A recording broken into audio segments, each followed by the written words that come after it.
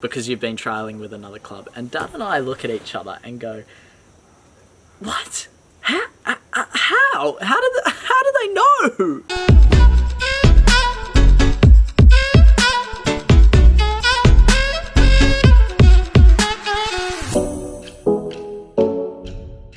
Yo, what's going on, Team Tweedie? I hope you're all super well. For me, look, this is recorded 2 days after the actual time this video is supposedly meant to be posted or recorded. And it's simply because of what I said in yesterday's video at the end.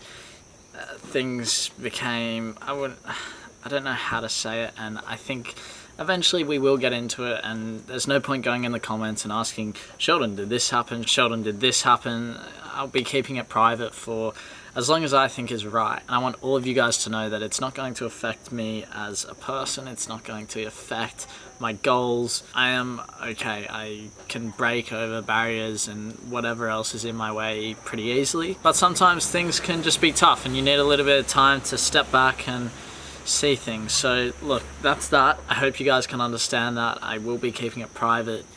I appreciate your messages, your comments, everything, but I want you all to know that I will be fine. I will be okay. So with that out of the way, let's get on to today's video that I thought of the other week, and I've been wanting to make it for a while, and because the day that this was meant to be recorded, it was a rest day, I literally didn't do anything. Like I said, things sometimes take over football. At the end of the day, we're all humans. So I don't think I've really gone into detail about my youth career as a player. I've kind of briefly told stories here and there, but I've never really taken you guys through every single step. Now, a youth career to me would be up until you're like 18. I feel like 18, then you're no longer in your youth phase. That is easily debatable, but we will go from, well, age 0 to age 18. So starting off, I got told a story the other week by my auntie that one Christmas or something like that, I was at the bottom of the stairs just kicking the ball, and I think I was like 18 months, something really ridiculously young, I forget. But I was just kicking the ball, bang, bang, bang, and she's like, he's actually pretty good at this for like a kid. So that's my first memory of football. I don't even remember that. But from there, I went into football almost like every other kid at the age of 4, going into the, age of 5, because you go into under 6s here in Australia. That's how it worked back in the day. A lot of things have changed. So from under 6s to under 10s, I played for a club called Mossman Football Club, and this was just the local club. How football hadn't developed in Australia. So what every kid did is you play for your local club for 5 years and then you go off and play representative football. Now it is completely different in other countries. I'm sure, actually I don't know this for a fact, but I'm guessing there's like Manchester United under 6s, Manchester United under 7s, under 8s. But here it doesn't start until under 11s. So during that under 6s to under 10s, I can pretty confidently say I was the best player. Every week I was scoring goals. Every week I was... Look, no disrespect to my teammates. A lot of these people, I don't think I can remember a single one that is still actually playing. It's more of like a let's play for fun sort of thing. But I carried that team. I don't think we ever won anything, but I was scoring 10 goals a game, 3 goals a game, 2 goals a game, and then I'd go up and play for an age group. I think at one point I played for 2 years up, so under 7s to under 9s I think it was. And I went up there, scored 3 goals, and it was clear, not only to me, but to Dad as well, that I'm a good player. And don't get me wrong, from the under 6s to the under 10s, I didn't just get through it and Dad went, oh, it's actually all right. A lot of that time was spent on the field with Dad, training every single day, and man, oh man, did that guy push me so much. I remember, like, at that young age, it's very easy to get distracted with whether it's video games, hanging with friends, doing whatever. But this guy just kept me focused and knew that I had potential, and he wanted me to fulfill it, which is absolutely amazing because you don't have the concept at that age. I think some people do, some players, they just love football, so that's all they do. But in this world of Australia, I remember another coach saying, not many people make it in Australia because there's the beaches, parties, and girls, I think was the other one. No, drugs was one of them. But he got me so focused for all these years. And I remember one time, I forget how old I was, Dad said to me during the day, let's go to the park. And I think we were going to go at like 5:30, 5 o'clock. And when the time came around, I was in my bed crying because I didn't want to go. I was so against it because I just didn't want to go on that day, and it brought me to tears to have to say to him, look, I don't want to go to the park today. And he was completely fine with it, but that's the sort of level that he really pushed me to, and I'm forever grateful for that. Now, some people might go, oh, you had to be pushed in order to get to the top level. You had to be pushed to train. Hey, bro, I'm like 9 years old. Sometimes I just didn't want to train, but the man put me through, great training.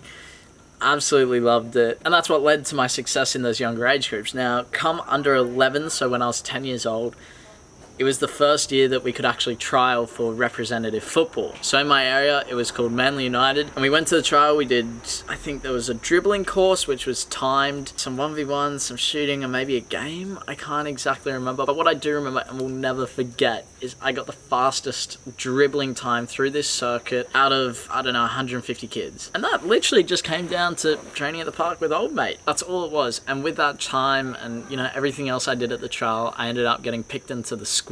Now that year, I only got told by Dad about this the other day.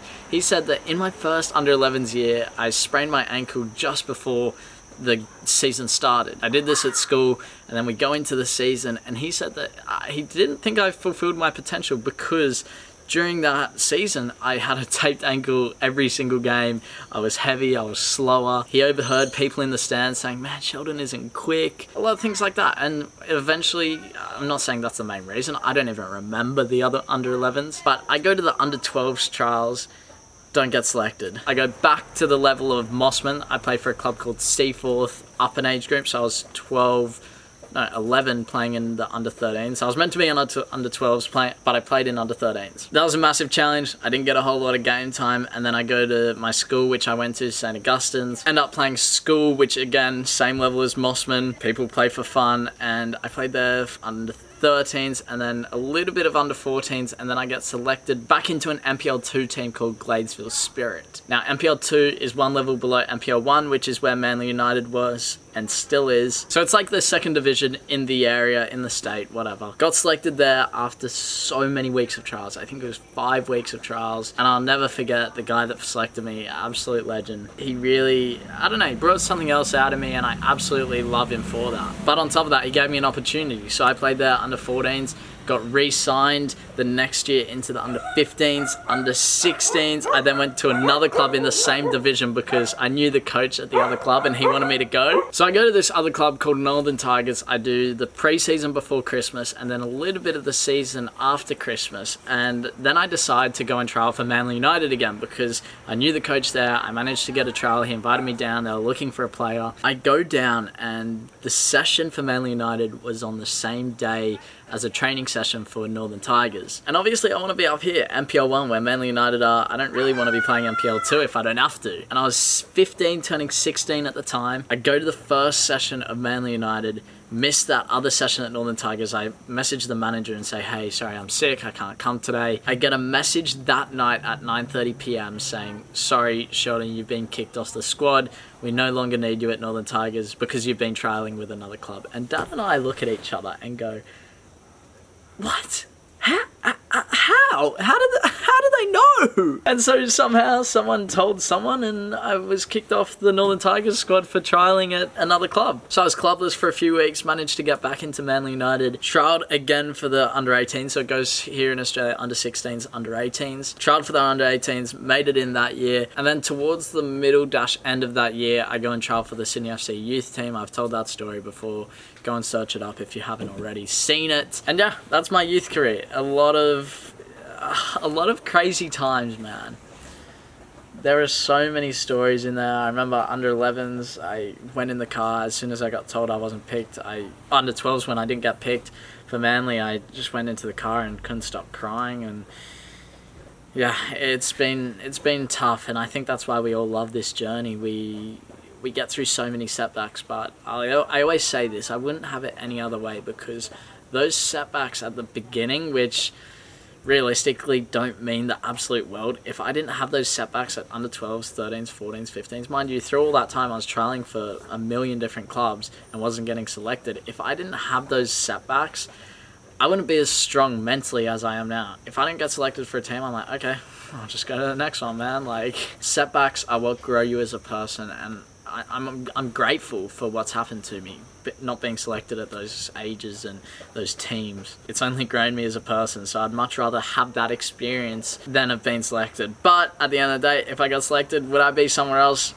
Who knows? What's the point of even thinking about it? I'm happy with who I am now. I'm happy with my mental state, all of that stuff. So just be grateful for your experiences, whether they're positive or negative. You got to take the positive out of them, find the benefits in the situation in order to grow and develop as a human being. So I'm gonna end the vlog there. Again, sorry for this sort of muck around video. We might get into it later this week. I'll speak with people and I'll see. I just want to keep it kind of on the DL, I guess, now. I'm gonna end the vlog there. Team Tweedie, I'm signing out. Make sure you like and subscribe. Join the journey. I'll see you in the next video. Bye.